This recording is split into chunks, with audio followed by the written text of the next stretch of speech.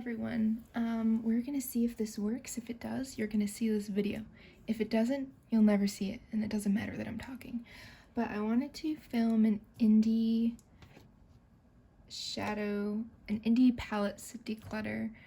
I'm just about to go through this, and I wanted to do it on camera. I've done some other categories, but this I felt like I should do on camera because it might be interesting to some of you.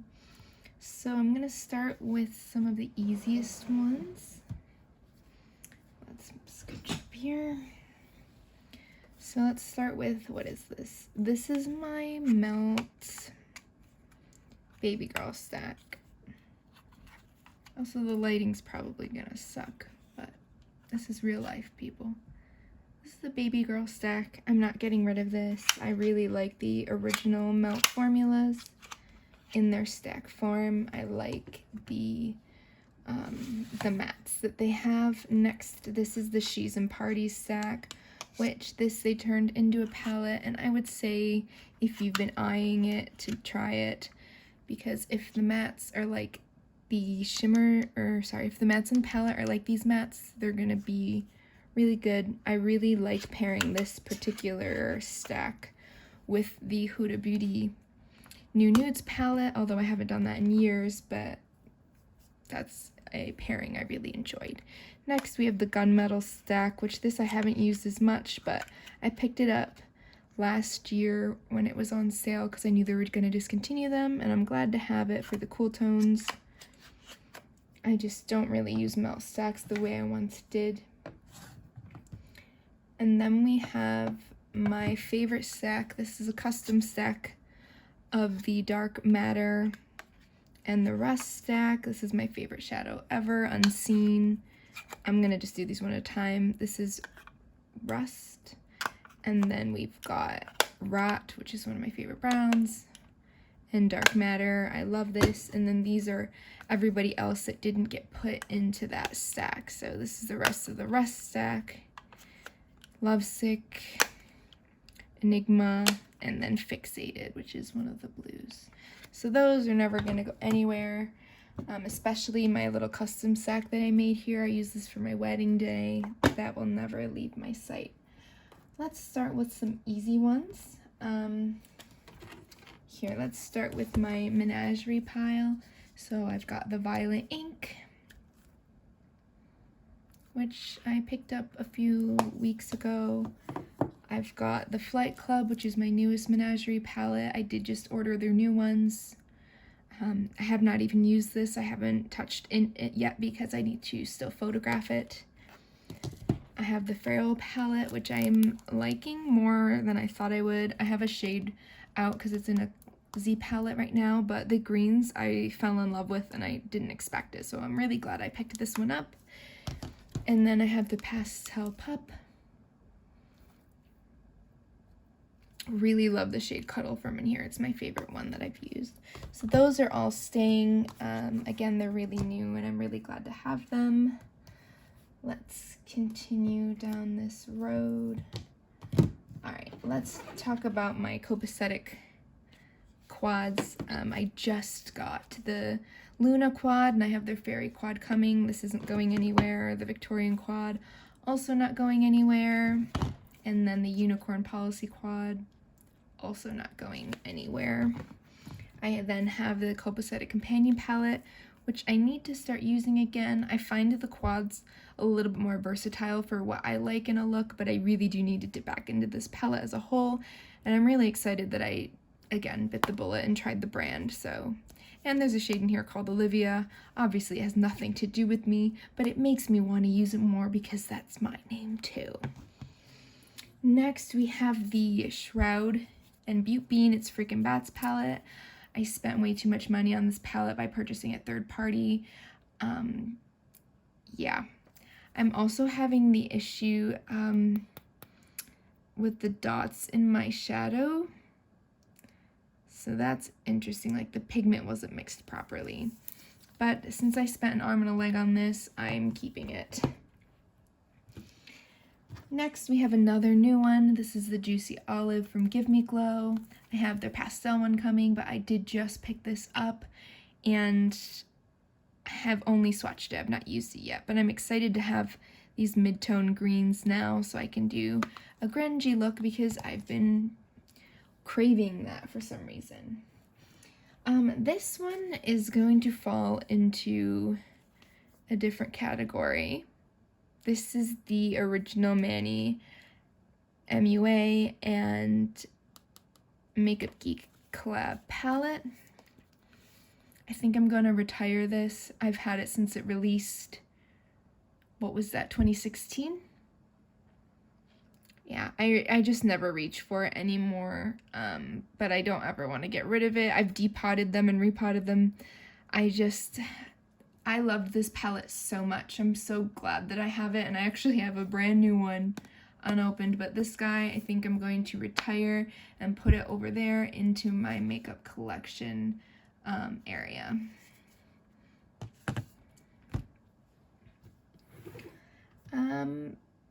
Next, let's talk about this palette that I lusted over. This is the Glam Light Ice Cream palette. I think I'm gonna declutter this because I don't like any of the pastels down here, which cuts out so much of the palette. And I try swatching the shimmers. Somebody said that the shimmers were somewhat comparable to the Adept Cosmetics shimmers. I think Lunar Beauty said that. And for me, I don't love it. And I kind of regret getting it because I wanted it so long. I wanted it so bad for so long. And then when I got it, I was just so disappointed. So I might use this one last time to see if it will magically stay, but even the shade Rainbow Sherbet let me down. It was really dry and didn't apply well. Maybe I was just picking bad shades, but yeah, I see the palette and I think, I wish I didn't buy it. So for that reason, he's gotta go. Next, let's do something happy. Let's do something happy to break that up. Let's talk about this beautiful baby. Somebody said this was getting discontinued. I hope that's a lie. This is the Lunar Beauty Moonspell palette, and I truly love this palette. I've not used it in a long time, but boy oh boy do I love this purple row when I do use it. I need to dip into the other two rows, but this purple row is so worth it. And the packaging is stunning. Formula's amazing. I truly love this palette. I'm so glad that I own it. That was something that I went to a Morphe store on a vacation once, and I didn't even plan on picking it up. I just wanted to see it in person, and honestly, fell in love with it right then and there. Apple juice break. Okay. Let's talk about this. Do you remember this? This is the Colored Rain and Power collab.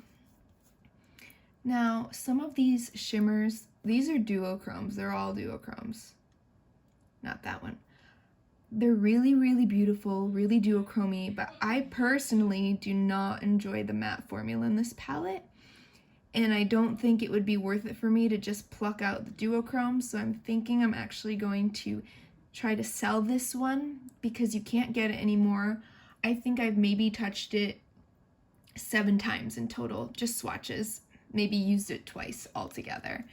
And I know that there's somebody out there that either has it and is hitting pan and wants another one, or someone who just really wanted to try it and they didn't get the chance. So this needs to go.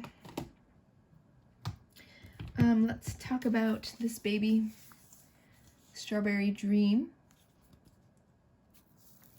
I love this palette as well, mainly for the darker maroon shades. This row makes such a beautiful pink look with that I need to use the more interesting shades more, but the looks that I've created, using these as my deepening shades, so beautiful. So glad that I picked this up. So after I had purchased the Moonspell palette and fell in love with it, the Sephora VIB sale came, and then I picked this up from that, and that was 2019, probably. No, that was 2018. That was 2018. Yeah. All right, so 3 more palettes remain. Let's get this out of the way. This is the Eternal Eclipse palette. I've only used this once, and I need to use it more. I really do. This was a Christmas gift from my husband, and I need to use it more, period. It's beautiful. It's a formula I know I love. The look that I created, I wore for New Year's. I used this and maybe this gray a little bit, and I think I stuck to the lighter shades, but I really did need to dip into this palette and maybe go for some darker, grungy looks. I know Twintorials did a few nice looks with this palette, and I think I might need to grab inspiration from them, but I need to use this. It was a gift, and I will cherish it forever because my husband knew how much I wanted it, which is why it was my main Christmas gift, but I need to use it. So now that leaves these. The Sydney Grace Tiny Marbles and the Enduring Love. Let's start with the Tiny Marbles palette because this one I only picked up. I wanted Enduring Love, and I decided to just grab this too because I was placing an order. Now this palette was in collaboration with Mel Thompson. I used to really enjoy Mel. I just kind of stopped watching her videos, not for any particular reason. I just, you know, you go through phases. This palette does have some really beautiful, the shimmer formula is very metallic, very rich. This is like a traditional shimmer. And then you've got these mattes. You've got 3 browns, I guess. I'm not sure. But the very, very, very few times I've used this palette, I've not liked the look. Except for the green look I have on my channel. That was it. But I've tried using this purple and this peach, and it just doesn't do it for me. And I feel like there's someone out there who would love this way more than me. So I think I'm gonna give this one more use, and then I'm probably going to get rid of it. And then the Enduring Love, I wanted this for so long, used it once and never touched it since. I don't know what it is. There's nothing wrong with Sydney Grace's formula.